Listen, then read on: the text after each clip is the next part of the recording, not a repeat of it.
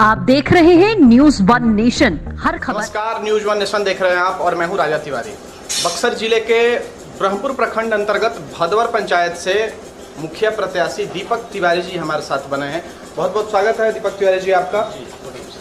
सबसे पहले तो शुरू करेंगे कि पंचायत चुनाव का होड़ है, सब कोई पंचायत चुनाव के पीछे लगा हुआ है। यहाँ तक कि पुराने वर्तमान मुखिया जो रह चुके थे वो भी लगे हुए हैं जोर शोर से, आप भी हैं और मेरे ख्याल से 5, 6 या 7 प्रत्याशी हैं इस पंचायत में। तो आप अपने आप को कहाँ देख रहे हैं और कैसी चल रही है आपकी तैयारी? हम तो सर एक छोटा सेवक है, हमको सेवा करना है, हमको सरकार के सभी योजनाओं को ज़मीन पे लाना है, धरातल पे लाना है, सभी गरीब भाइयों बंधुओं को हक दिलाना है। मेरा एक ही मंत्र है सर, हक न खाएंगे और न खाने देंगे।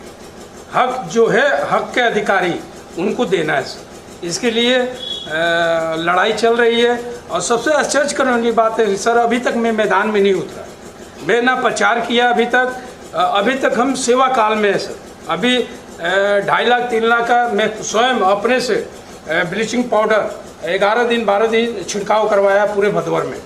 क्वार्टरिंग, यहाँ तक कि जितने भी क्वार्टरिंग है, कोरोना काल के समय में जितना भी क्वार्टरिंग है या राशन कार्ड है या कोई डॉक्यूमेंट्स अपडेट करना होता था, हमारे सहयोगी और हमारे कार्यकर्ता है और हम बस, और कोई।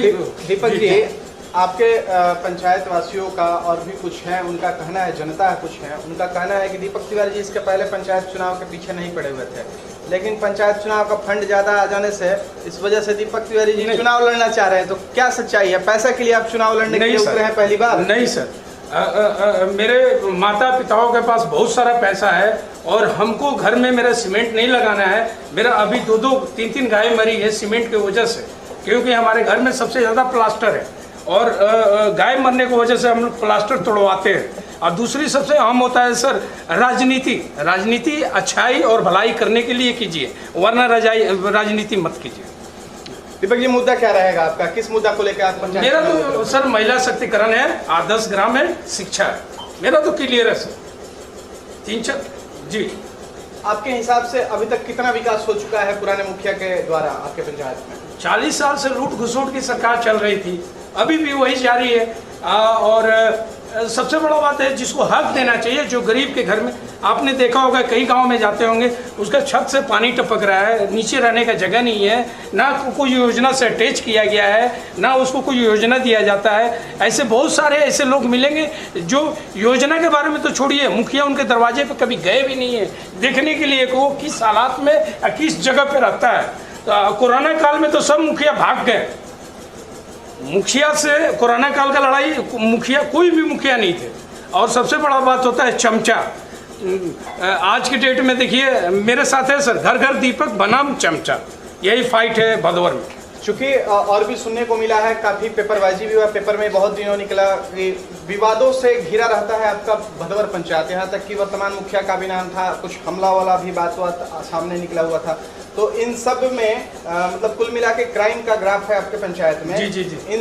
इसके बावजूद भी आप किस प्रकार प्रत्याशी के तौर पे हैं, कैसे अपने तैयारी कर रहे हैं? हाँ, परेशानी आ रही है, क्या हो रहा है? सर, हम भदवर के बेटा है, हमें शुरू से दूसरे विपक्ष प्रत्याशी कोई खरीदने आता है, कोई 5 लाख देता है, कोई 35 लाख रुपया देता है, कोई 50 लाख रुपया देता है। ये लगातार मेरे सर 5 सालों से चल रहा है। यहाँ तक मेरे पे ज़बरदस्त हमला भी कराया गया। हमला भी ऐसा वैसा नहीं सर, मेरे माता पिता के सामने मेरे पैतृक आवास पे हमला कराया गया और विवाद था। मुखिया जी अगर नशे में होते हैं तो किसी घर में घुसते हैं, किसी महिला की इज्जत लूटने घुसते हैं, उनका विरोध करने पे वो घर में आते हैं, हमला करवाते हैं। यही उनकी दस्तूर है, यही उनका काम है। मैं सर घर घर दीपक, पूरे भदौर पंचायत नहीं, पूरे बिहार घर घर दीपक, सब जागरूक है सर, अपने हक के लिए सब लड़ेंगे। इस बार सर ना मुर्गा चलेगा और ना सड़ा हुआ मुर्गी चलेगा, अब की बार चलेगा विकास। घर घर दीपक सर। Thank you. आपका नाम क्या हुआ? अमित माचौड़ है। आपको क्या लग रहा है कि दीपक तिवारी जी को मुखिया बनाना चाहिए या पुराने वाले को बनाना चाहिए या और कोई बढ़िया आपके नज़र में प्रत्याशी है? नहीं, दीपक तिवारी को बनाना चाहिए। उनको क्यों बनाना चाहिए? ये हम लोग को क्षेत्र में 20 वर्ष से घूम रहे हैं, काम कर सेवा, बिजली तार ट्रांसफार्मर सब सर मेरा कराया हुआ। आपका नाम क्या हुआ भैया? जी, मेरा नाम अजीत सिंह हुआ। आपको क्या लग रहा है कि किन को मुखिया बनाना चाहिए आपके भदौर पंचायत से? फिलहाल तो जमीनी स्तर से दीपक जी बेटर है, क्या इनमें क्या खासियत क्या है, विशेषता क्या है? डोर टू डोर टच करना, पब्लिक से उनके दुख सुख में शामिल होना।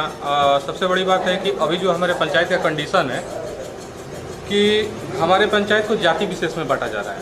अच्छा, जात में तोड़ा जा रहा है, उल्टे सीधे नारे लगवाए जा रहे हैं, जहाँ तक कि नक्सलियों का बेल्ट बनाया जा रहा है हमारे पंचायत। हम लोग चाहते हैं कि इससे हट के विकास के मुद्दे पे काम हो, डेवलप हो, हर कोई शिक्षित, घर घर हॉस्पिटल हो। इन्हीं का देने के हमारे गांव में आज बिजली चल रहा है, बिजली चल रहा है, अस्पताल भी बन रहा है। 12 बजे तक पेट्रोलिंग, 1 बजे तक पेट्रोलिंग करके हम लोग बिजली का काम कराएं अपने गांव में, हॉस्पिटल लाएं।